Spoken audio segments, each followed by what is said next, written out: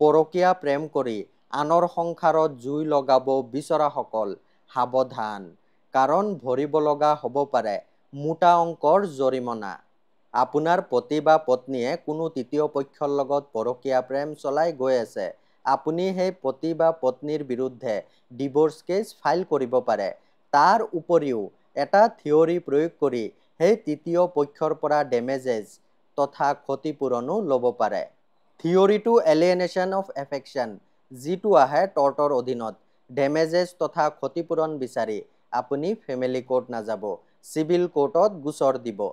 এলিয়েনেশ্যন of এফেকশ্যন হৈছে কোনো তৃতীয় পক্ষৰ কাৰণে আপুনি নিজৰ পতি বা পত্নীৰ প্ৰতি যদি মৰম কমাই দিয়ে, আঁতৰি যায়, যাৰ ফলত বিবাহ বিচ্ছেদ হয়। যদিও সুপ্ৰিম কোৰ্টে এডাল্ট্ৰি তথা পৰকীয়া প্ৰেমক অপৰাধমুক্ত কৰি দিছে, সেইবুলি পৰকীয়া প্ৰেমত লিপ্ত হোৱা লাইচেন্স আপোনালোকে পোৱা নাই। মই কোৱা কথা নহয়, দিল্লী হাইকোৰ্টে দিয়া ৰায়। ৰীলটো শ্বেয়াৰ কৰি তৃতীয় পক্ষক জনাই দিয়ক, যদি বেলেগৰ সংসাৰত জুই লগাব বিচাৰে, পকেটত যাতে মোটা অংকৰ ধন ৰাখি লয়। এনেকুৱা আপডেটৰ কাৰণে মোক ফ'ল' কৰিব। ধন্যবাদ।